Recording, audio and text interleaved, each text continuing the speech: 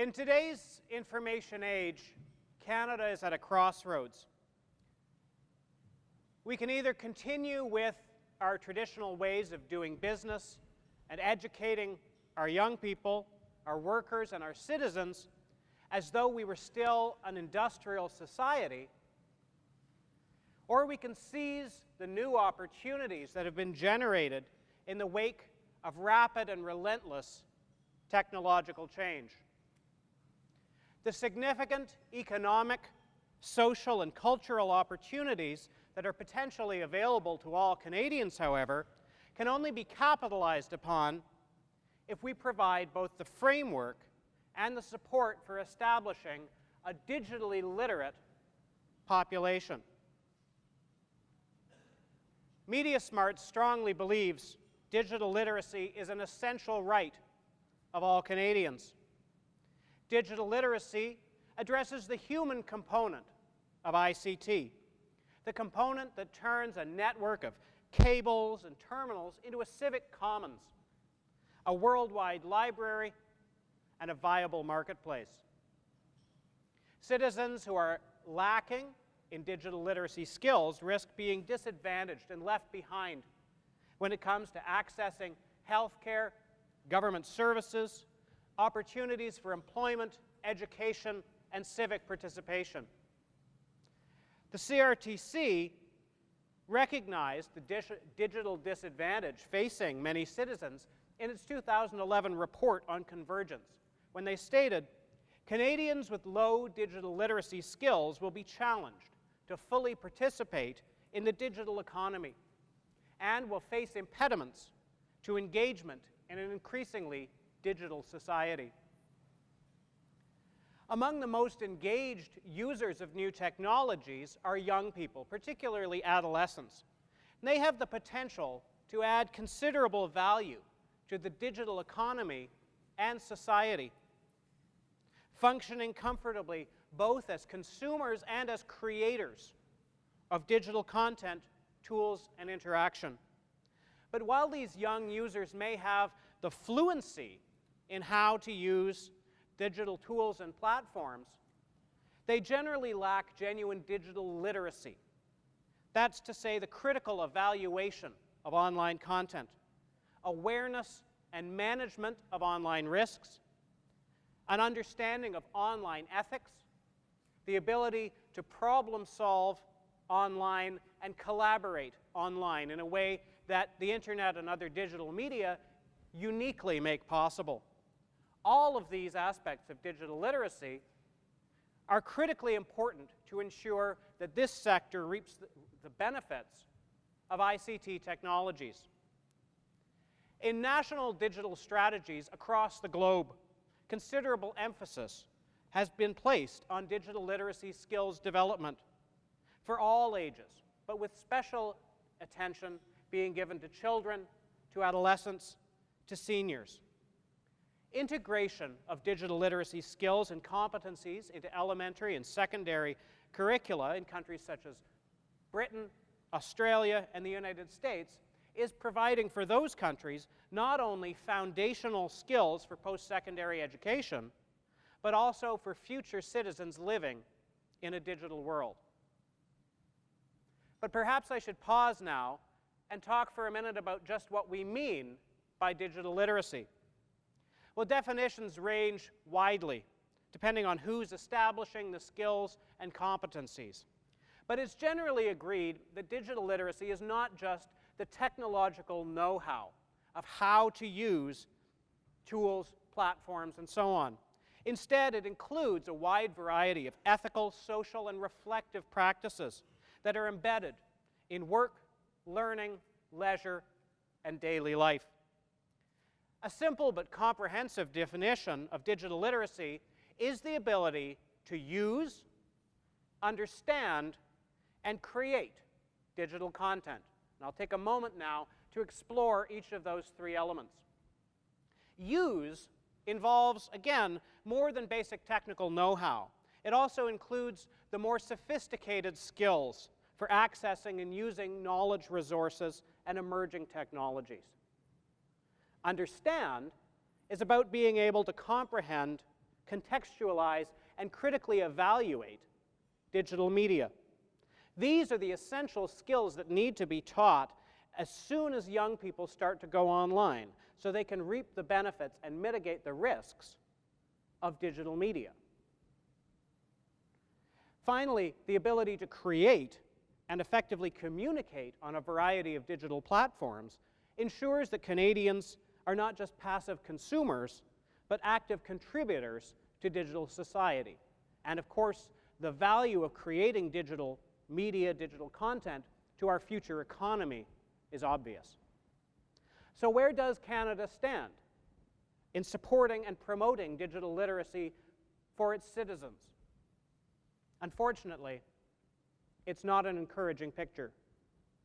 We have at this time no comprehensive digital literacy strategy from the federal government, despite the promise of one going back to 2009. Under the previous CyberWise strategy through Industry Canada, there were several innovative federal government programs which supported the development of digital literacy skills, including SchoolNet, LibraryNet, Community Access Program, and Francommunauté Virtuelle.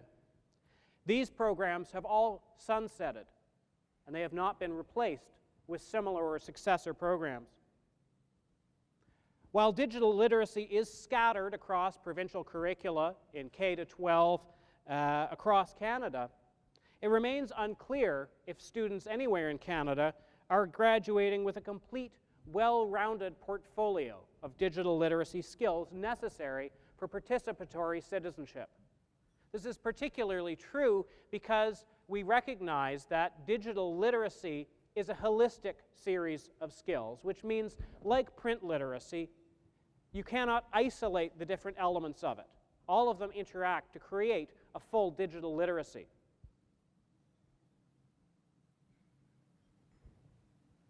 Shortages in these areas, shortages in citizens who are fully digitally literate, mean less innovation and productivity in the workplace and missed opportunities for personal growth and empowerment. Government emphasis, or the emphasis of government programs, has been on broadband access without a corresponding focus on adoption, even though there's a well-established link between low digital literacy and broadband adoption rates. A 2013 report from the United States on broadband adoption showed that the top 3 reasons cited by non-adopters, that is, people who had chosen not to adopt broadband access, were cost, lack of digital literacy, and finally, lack of relevance to them, which fits within the digital literacy bracket, because of course an important part of digital literacy is understanding what you can do with digital tools and platforms. The more digitally literate you are, the more you understand the relevance of broadband access to your life. So aside from what I've just discussed, what are some of the challenges that are facing Canada in creating a digitally literate population? Well, as I said, there's a lack of support and leadership for this at the federal level. Under our Constitution, education at the K-12 level is a provincial and territorial responsibility, which leads to skills development being placed in silos. It makes it more difficult to guarantee that Canadians across the country are receiving a quality education in digital literacy. At the same time, many regions are facing deep cuts to education, which makes it difficult to introduce new curricular content and, of course, the technological supports that help teach digital literacy.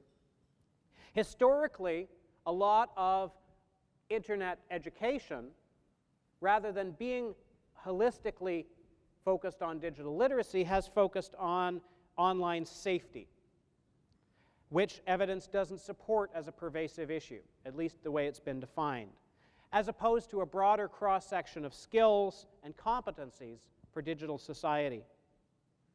There are barriers to education and adoption across the country, such as socioeconomic status, location, language, and education levels. So what do we need to do to address all of the challenges that we've just identified. To begin with, we must develop a comprehensive federal, provincial, territorial digital literacy strategy aimed at fostering digital literacy in K-12 and post-secondary institutions. In the marketplace, particularly among small and medium-sized businesses, and among the general public. We must redirect a portion of the revenues from the upcoming Spectrum auction, which you heard about this morning, to digital literacy programs and initiatives. Other countries have directed Spectrum funds in this manner, leading to significantly increased investment in digital literacy education. We should promote private-public partnerships, such as the Connect to Compete program in the United States, which is bringing affordable broadband to low-income neighborhoods, supported by a digital literacy core that is teaching digital literacy skills to new adopters. We need to support community technology hubs in public libraries and community centers. And finally, we must encourage the CRTC to follow the lead of the FCC in the United States, the Australian Communications and Media Authority, and European regulators, who have all embraced digital literacy as a core component of their communications policy. Thank you. Just listening to Matthew, I have some comments to share that are in the same, from the same perspective. And I'm going to talk to you about a program. I'm going to be moving through these slides fairly quickly. I had a fair bit of content I had assembled for today. And while I wanted to make it available for all of the internet virtual subscribers into this session, I know my time is limited, so I'm going to be respectful of that. So I'm just going to walk you through an agenda, what I'm going to hope to accomplish over the next 12 minutes. I'll talk to you a little bit about the CDC program. I'm going to talk specifically about the 3 key principles of the program itself. And when I refer to the CDC, I'm really talking about the Canadian Cyber Defense Challenge. Talk about the awareness campaign that we're doing, which is an outreach program on building cyber safe skills in grades K to 12.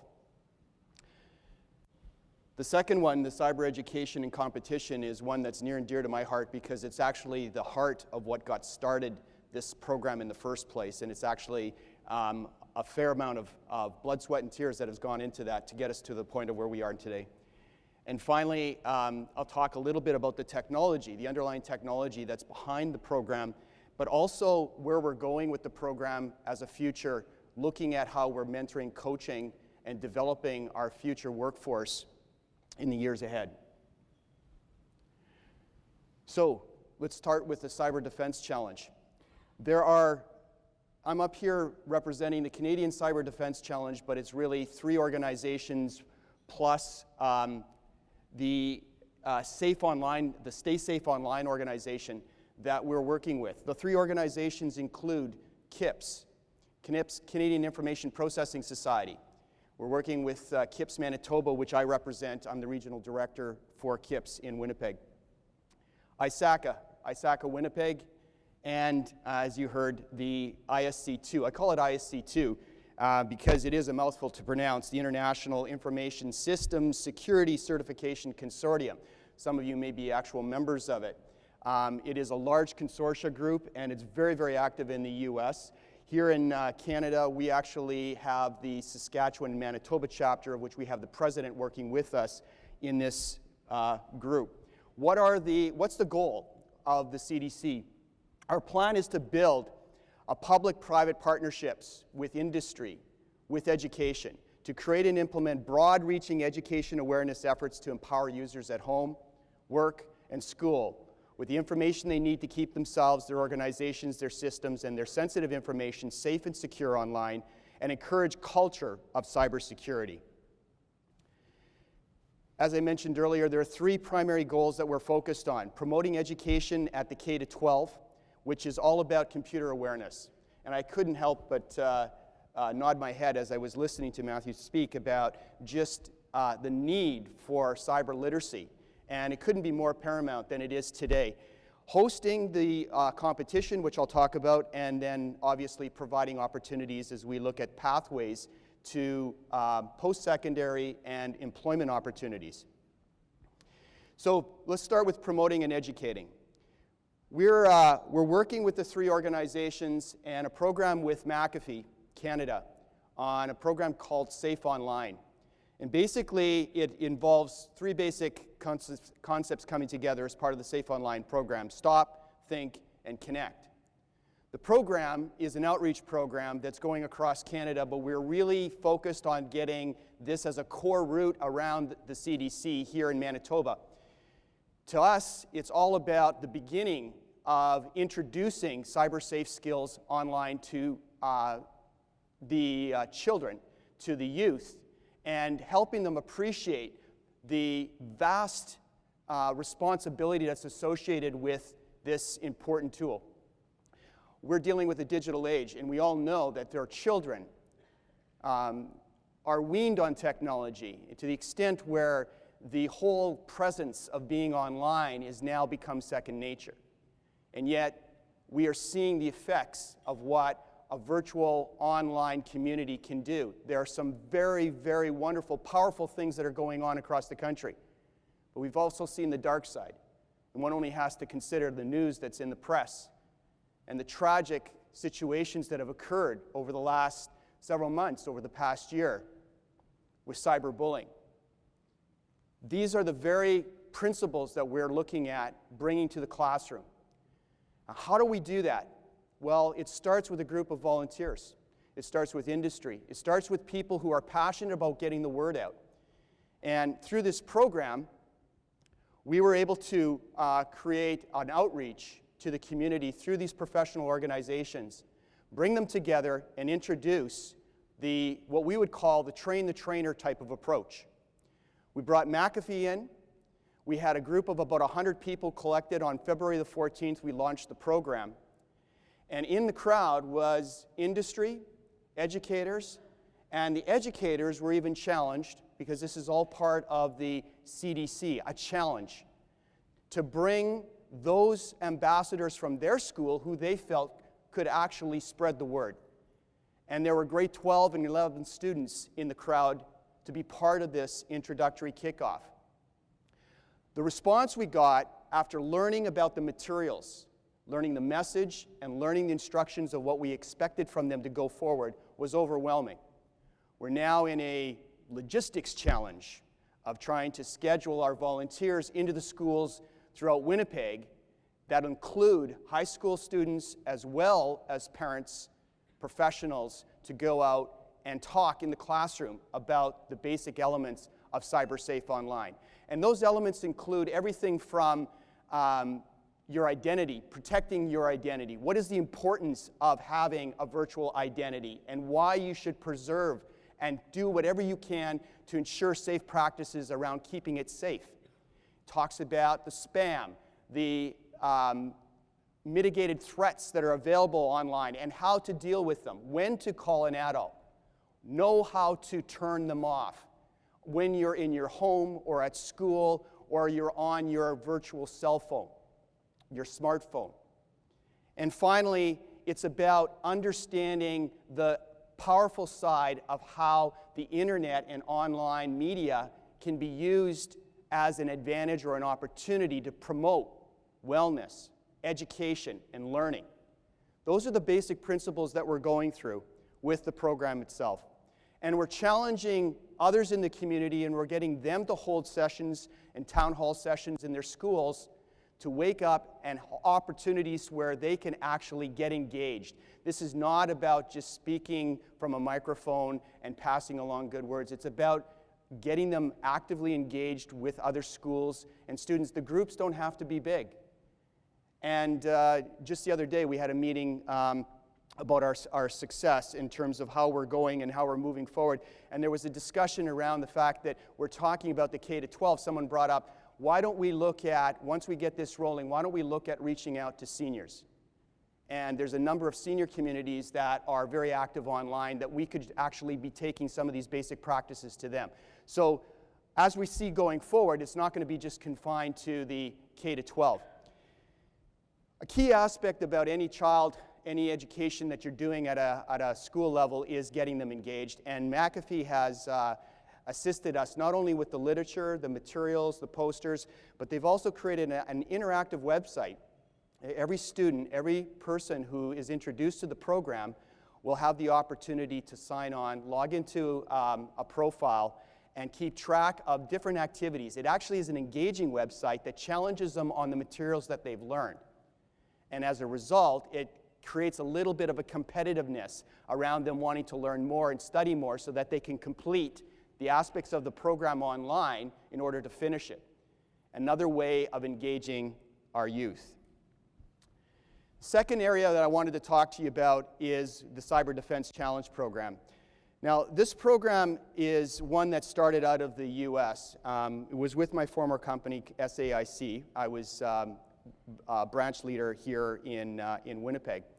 And just listening to Matthew's comments about where we stand competitively across our fellow nations, the US in particular, UK, and Australia have had cyber defense challenge competitions running in each of their respective countries for the last 5 years. To date, there is not one here in Canada. And when I saw what they were doing in the US through this opportunity, I immediately launched on it to see if we could actually get a pilot going here, and of course, starting it in my own community, but looking at a vision where we could spread it across the country. What is the Cyber Defense Challenge competition? Well, it's essentially an opportunity to introduce cybersecurity skills to high school students. This actually started with a simulation technology that was developed for the Department of Defense in the US. And it was actually SAIC that took this technology and decided that in support of STEM, science, technology, engineering, and math, they thought, why not take a challenge of introducing this technology at a high school level? It actually creates simulated environments where students are engaged in looking at actual hands-on images. These are real-life images online in a network environment where they are tasked with the challenge of hardening systems, dealing with risks, vulnerabilities, penetration, forensics. They have to actually deal with the situations the way that cybersecurity experts are dealing with it in real time. But what's really cool about this is not just the hands-on competitiveness or the hands-on component of this. I've already given that sneak word out. It is the competitiveness because they actually are able to clock points on the ability for them to actually deal with vulnerabilities. Because they essentially can get on with a simulation tool and challenge themselves against the points, or they can compete against each other. And this is what's fueled the team competition in the US. So looking at this opportunity, we thought it was an absolute slam dunk to get going here in Canada. And we talked to the organizers of the competition down in the US, and we were able to get together 6 teams here in Winnipeg. This is in March of 2011. We were able to utilize, through the relationship we had developed, access to their simulation exercises, introduce the curriculum that comes with it in the classroom, and over a period of 9 weeks, we were able to introduce it to the students in 6 schools and hold our own local mini competition. Part of the deal was that as doing this and pulling this together, we were able to send 2 teams to compete in the US amongst the top 25 teams that were competing at a national event called Cyber Patriot. The students, actually from Manitoba, weren't without support, and this is a big aspect of the program that makes it different from other traditional programs that you just launch in school, because in order for the students to be prepped, we needed to actually engage, work with the instructors, bring in experts from the field to help prep the team so that they were ready for the simulation. The one thing that we did teach about the students is that this is not a hacking exercise. This is an exercise in learning how to defend systems and vulnerabilities online. It's not a recruiting tool for the Department of Defense, but rather an opportunity to promote growth and development in our skills for students to understand the basics of cyber defense technology, understanding how to prevent attacks, work on hardening systems, and understand how to work in a real-time environment. Students can expect practical hands-on training. They can understand that this is in a controlled environment so that there's less chance of students actually escaping and just bringing in outside sources or programs into the environment. But to the same extent, the emulation that they're actually going through is real time. And as they work together in teams, they learn how to cooperate, they learn how to delegate, and they learn how to work very, very quickly on their feet. Because in a real-life situation, what happens in the competition is that they're introduced to images one after another. So this includes Windows, this includes Unix, Ubuntu. And in the course of a competition over about 4 hours, they could be exposed to 4 or 5 different images that they have to remedy in that period of time. The points are tabulated, and the students are calculated on their basis of points, and they're awarded a competition medal. Now, I'm just going to jump ahead here because I know I'm watching the time, and I'm very sensitive to the fact that my window is coming up. So I'm going to skip to something here, and for the benefit of the folks that are online, bear with me. There's a key aspect to this that we're actually trying to promote. And that is, how can we grow this opportunity, not just within our own local Winnipeg area, which is obviously our program where it's launched right now, but how can we grow it across the country? Well, one of the first things that we've done is we've taken it upon ourselves to simulate the technology capabilities that we were so graciously introduced to through our neighbors to the south. We had a group of people come together and create a simulation exercise online learning tool that we're now just launching into schools this year. So we're no longer dependent on using the technology that the US had given us access to because there was a fee associated with it. We have got a group of volunteers now in the neighborhood of running between 50 to 60 people that are going to be involved in supporting the schools growing out. And we have interest from across the country now as we are working with provinces Saskatchewan, Alberta, Ontario, and Quebec. And what we want to see happen over the next year is that the competition that we are now working locally with will grow to become a Canadian event.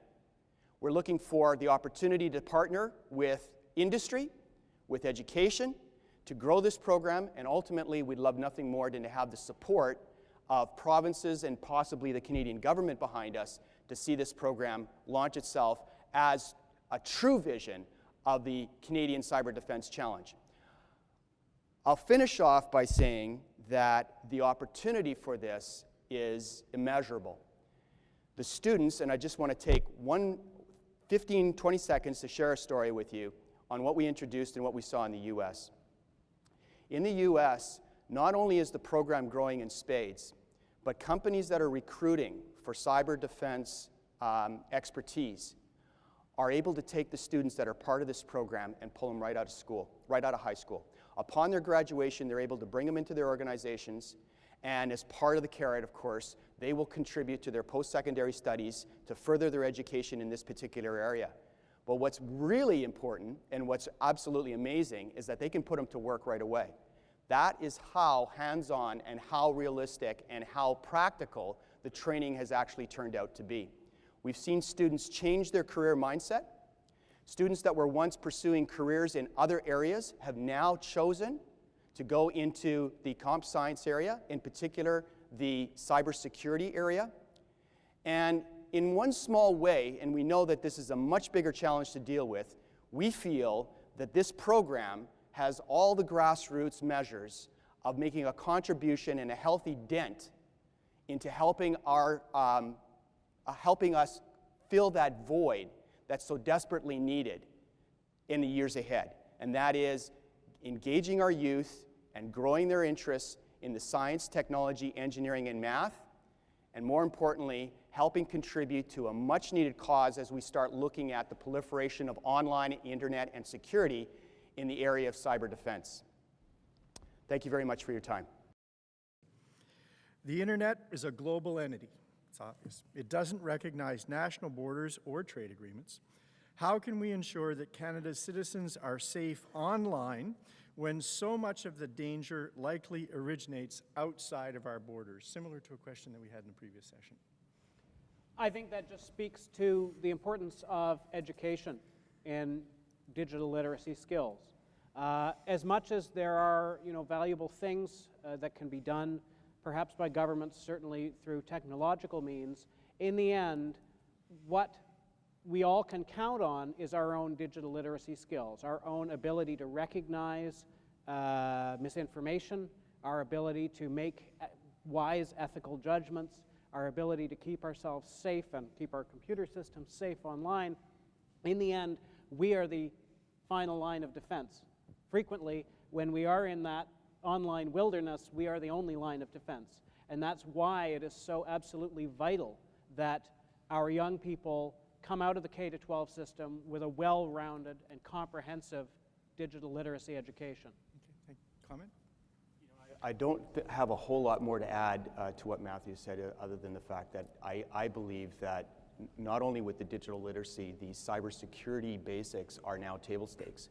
And what was once a craft or an area of specialty that we looked at for trying to attract post-secondary students who are already in computer science into an area of security is now becoming common ground. It's now the basic elements of knowing at a K-12 level.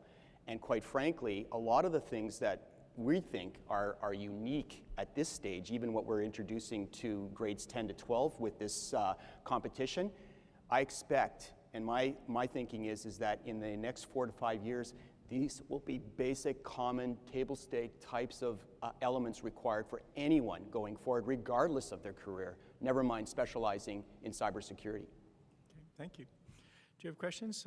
Gentleman right here at the front. There's a microphone on the way, sir.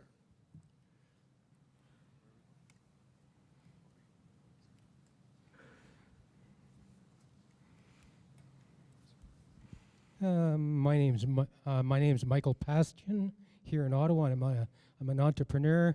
Matthew kind of brought up an idea in my mind, and it's a thought that I've had, that a lot of people who don't have the internet, a lot of people say, well, I don't have the internet, and I think a lot of people don't have the internet, quite frankly, because they can't trust themselves with the kind of they can't keep themselves from going to areas on the web that they know they shouldn't be going, because there's a lot of temptations to draw them there. So they wouldn't. So I have a bit of a thought that came to mind just a few moments ago, is that there would be a regulatory internet system that people could register with and say, I would like to register for the internet with this a system that's a regulatory system that would provide a safe internet that would prevent people from being able to access the kind of material that they shouldn't be going to. That's, if you know what I mean? A kind of a separate internet system for people at risk of going to, let's say, sexually deviant areas, to be more specific. So I think there are a lot of people who don't have the internet. We're not talking just kids. We're talking adults who don't have the internet, and they'll say, well, I don't have the internet because, well, I don't have time for it. They'll make up excuses. So, okay. So you think this type of filter or mechanism would be useful towards digital literacy? I think it would be really useful for people to keep people in the loop who are maybe known risks who with technology. But I think it's also important to educate adults as to maybe what kind of steps. I think it would be really important to have a separate internet system for people at risk. So do you have a specific of what you're proposing as an idea, but do you have a specific question for the panelists? I was just it's just a proposal, I guess. Okay. A thought that came to mind. Thank you. Okay, thank you. Did you want to comment, please? Sure. Well, I will say I think I cited in when I was speaking earlier, there was a study done quite recently in the United States about why people chose not to use broadband internet. And that wasn't one of the reasons that really rated. It may have been included in sort of miscellaneous or an unidentified category. But really the reasons people gave, cost was one of them, and that's one of the reasons for their Connect to Compete program. But also, as I said, those two reasons related to digital literacy, either that they felt they didn't understand enough, or they felt that it was not relevant to them. So if there are people who are choosing to go without the internet because they feel they can't trust themselves, and I'm not going to say that doesn't happen, certainly, it's a relatively small number of people. It's small enough that it didn't register in that study. Secondly, there are a number of tools, and I think people do need to be educated. Parents and youth need to be educated about the tools that they have for ensuring that they only get the content that they're looking for. And we know from our own research and from research that's done elsewhere in the world that young people are quite concerned about accidentally encountering content that is unpleasant to them. And that, if it happens at the right time or the wrong time, this can have a long-term effect. It can have an emotional effect. One of our resources on our website, in fact, is a lesson specifically teaching kids how to find good, reliable information about sexual health, because we know that kids turn to the internet for sexual health, and of course when you go to the internet looking for sexual information, what you get is not necessarily about positive sexual health. So there are a lot of tools. There are tools through filtering programs, there are tools through browsers, there are tools through search engines, there are habits of searching, search skills that people can learn, all of which can be used both to consciously filter your search results and also, if you want, to block out certain areas of the internet. So that's definitely a concern. I think it is one that is addressed by current technological tools, but both parents and young people and the general public as well don't necessarily have a sufficient awareness of the tools that are available to do what you're describing. Kerry? I think the key word there is education. I think that you try to create any kind of a regulatory type of presence, you start getting into that really sticky area where people want the freedom that the internet offers. I think it's really all about navigating on an open system where you need to know what you're doing and how you're doing it effectively. And I think it really requires a strong community support around it as well. You need to access to others who are aware. And for example, parents that don't understand the internet with their kids going, full tilt on an open network, you could put preventative measures in place. But if that's the way that the parents are looking at trying to curb their students or their children, we all know. I mean, Johnny will find another way of working through the back door, and they are resourceful.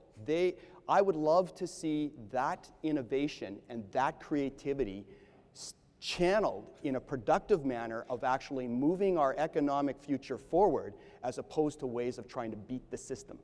Okay. So to me, that's where it starts. Excellent. Thank you. And someone just over here is waiting. Yep. Hello. My name is Marita Mall. My tag here says Telecommunities Canada, but I've been freelance internet policy researcher for 20 years.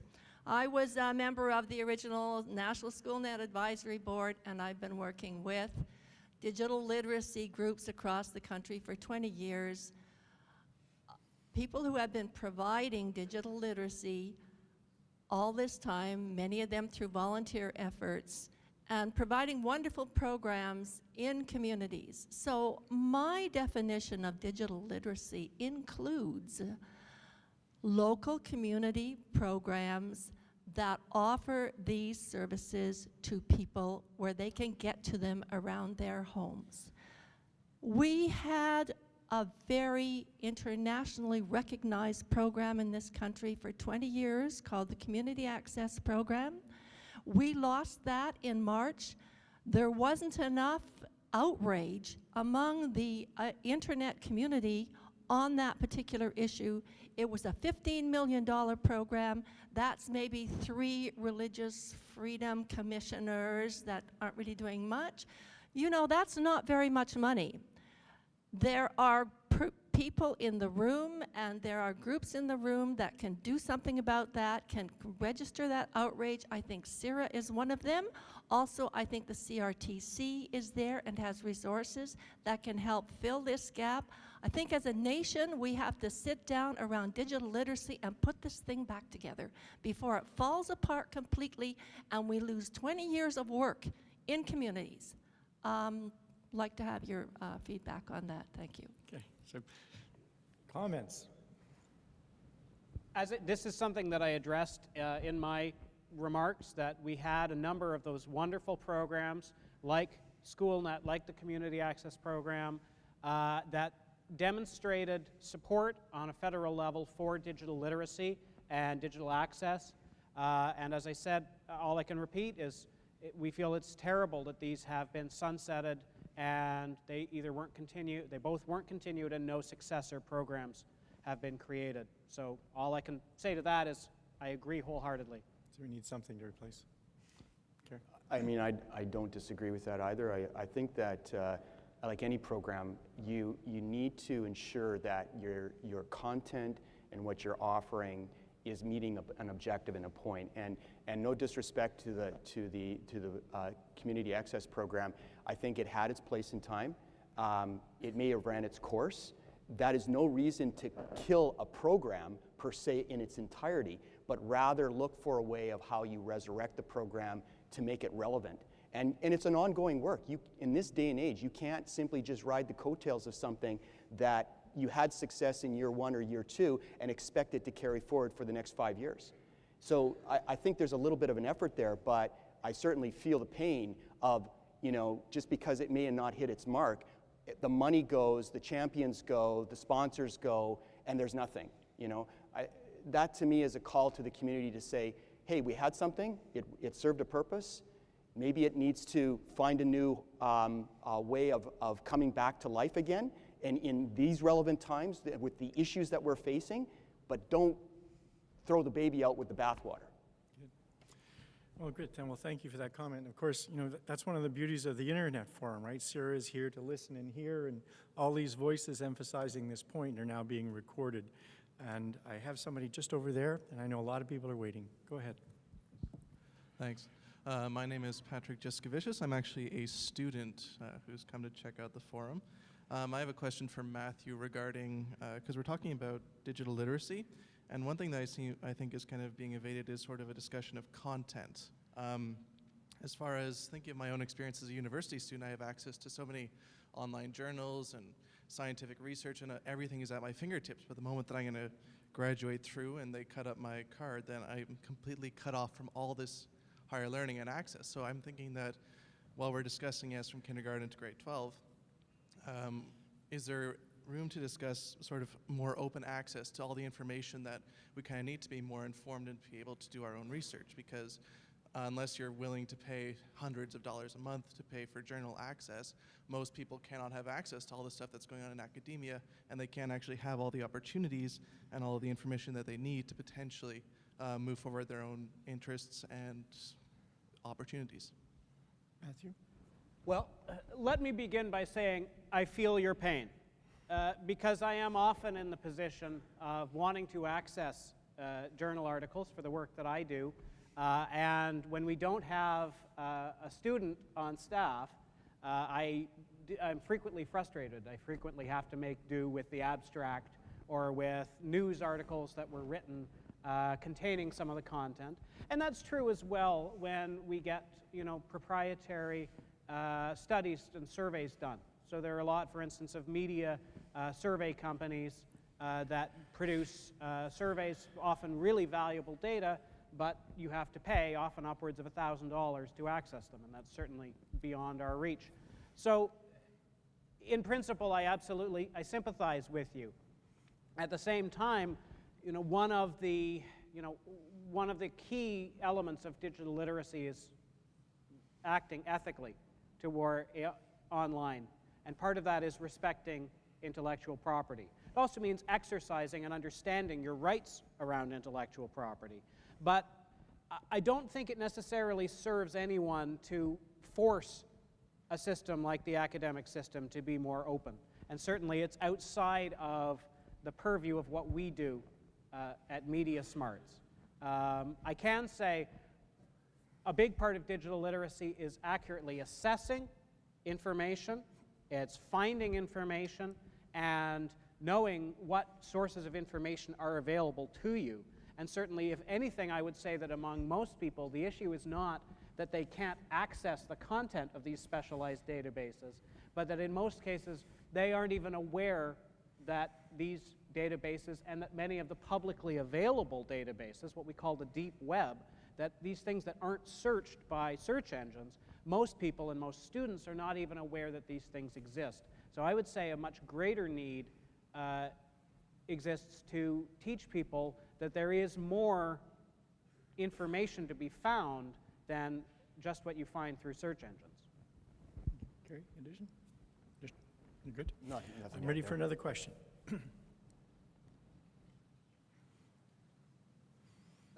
Hello. My name is Nicole McGill.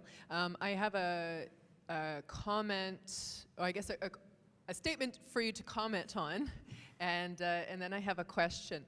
It strikes me that digital literacy and cyber defense are just two different ways of selling the same thing. One tends to have more of a positive spin, the other one perhaps more negative. I just would like you to comment. I have to say that one of the reasons that I like the term digital literacy is that it implies maybe innovation or more positive aspects. That said, I'd like you both to comment on what is digital literacy? Because even the term digital literacy seems to me to still put people as passive